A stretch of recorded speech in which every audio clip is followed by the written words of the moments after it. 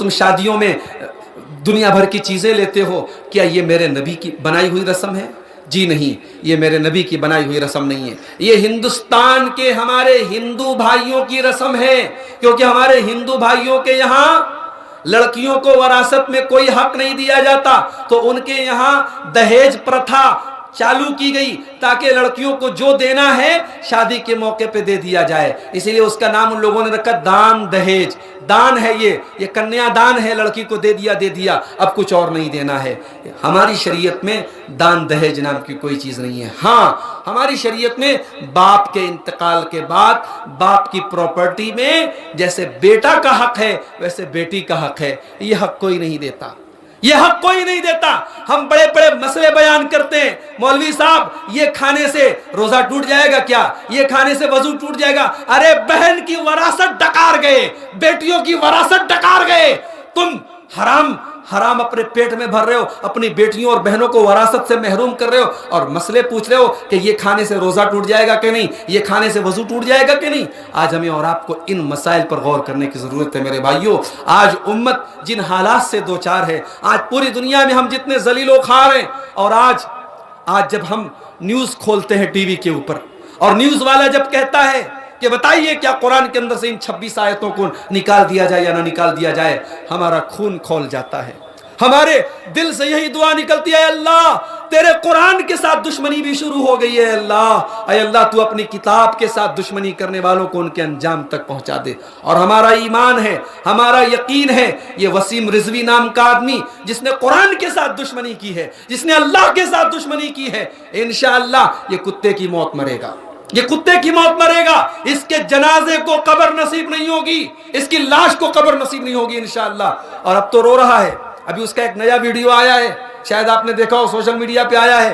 कह रहा है मेरी बीवी छोड़ के चली गई, मेरे बच्चे छोड़ के चले गए, मेरे भाई मुझे छोड़ के चले गए, लेकिन मैं हक पर हूं, मैं सुसाइड कर लूंगा मगर हक को नहीं छोड़ूंगा। हम अल्लाह से दुआ करते हैं तू सुसाइड कर ले, अल्लाह करे तू सुसाइड कर ले, तू जहन्नम रसीद हो जाए। तेरे जैसे लोग पूरी कौम के लिए कलंक है। अच्छा, वो शिया मसलक से ताल्लुक रखता है, लेकिन आपको बता दूं कि शिया मसलक के भी बड़े उलमा ने फतवा दे दिया है कि वो काफिर है, मुनाफिक है। और लखनऊ में जहां का वो रहने वाला है, वहां उसने अपनी जिंदगी में अपनी एक कब्र बनवाई थी, उसकी कब्र को भी लोगों ने तोड़ दिया है और तय किया है कि उसको अपने कब्रिस्तान में हम दफन होने नहीं देंगे। मेरे भाइयों, बड़ी पुरानी तारीख रही है। अल्लाह के घर के साथ दुश्मनी करने के लिए एक यमन से लश्कर चला था। अब्रहा नाम का एक बादशाह था जिसने यमन में बहुत बड़ी बिल्डिंग बनवाई थी और कहा था लोगों से कि खाने काबा का हज मत करो, मेरे इस घर का तवाफ करो। लोगों ने सबक सिखाया और अब्रहा के बनाए हुए उस नकली काबा के अंदर जाके पाखाना कर दिया, लैट्रीन कर दिया, टट्टी कर दिया। अब्रहा को बड़ा गुस्सा चढ़ा, अब्रहा को बड़ा ताव आया। उसने कहा मैं मक्का के उस काबा को गिरा दूंगा। उसने बहुत बड़ा लश्कर तैयार किया, हाथियों का लश्कर तैयार किया, और हाथियों का लश्कर लेकर के मक्का पर चढ़ाई करता है और मक्का के करीब पहुंच जाता है। जानते हो, मेरे रब की शान बड़ी निराली है। मेरे रब ने हाथियों के लश्कर को तबाह करने के लिए हाथी से बड़ा जानवर नहीं भेजा, अल्लाह ने छोटी छोटी चिड़ियों को आसमान में भेजा। छोटी छोटी चिड़ियां जो चने के बराबर छोटी छोटी कंकरी अपनी चोंच में और अपने पंजों में दबा करके आसमान में आई और अब्रहा की फौज पर एटम बम की तरह गिरा दिया। जिस आदमी के ऊपर वो चने के बराबर कंकरियां गिरी, कुरान कहता है, मेरा रब कहता है, अलम तरा कैफ फ़अल रब्बुका बिअस्हाबिल फील अलम यजअल कैदहुम फी तज़लील व अरसल अलैहिम तैरन अबाबील फजअलहुम कअस्फिम माकूल। अल्लाह ने उनको खाए हुए भूसे की तरह कर दिया। जिसकी खोपड़ी पर गिरती थी वो कंकरी, उसका खोपड़ा फट जाता था, सर फट जाता था, भेजा बाहर निकल जाता था। अब्रहा का अपना हाल ये हुआ, उसके पूरे बदन में कोड़ की तरह जख्म हो गए और बिल्कुल दुबला हो गया, और वहां से किसी तरीके से जान बचा के यमन भागा और यमन जाते जाते मर गया। और इतनी बुरी तरीके से उसकी बॉडी से महक आ रही थी कि लोगों ने उसको अपने कब्रिस्तान में दफन नहीं होने दिया। अल्लाह के घर के साथ दुश्मनी करोगे, अल्लाह यही अंजाम करेगा। अल्लाह की किताब के साथ दुश्मनी करोगे, अल्लाह यही अंजाम करेगा। बुखारी की रिवायत है, एक आदमी अल्लाह के नबी के पास आया और इस्लाम ले आया। अल्लाह के नबी ने उसको कुरान लिखने की जिम्मेदारी दी थी। कुछ दिनों तक कुरान लिखता रहा, फिर वो मुर्तद हो गया, काफिर हो गया, मुनाफिक हो गया और जाकर के अपनी कौम से कहने लगा, अरे मोहम्मद को तो कुछ नहीं आता, मोहम्मद को उतना ही आता है जितना मैंने उनको बताया है। उसके बाद उसका इंतकाल हो गया।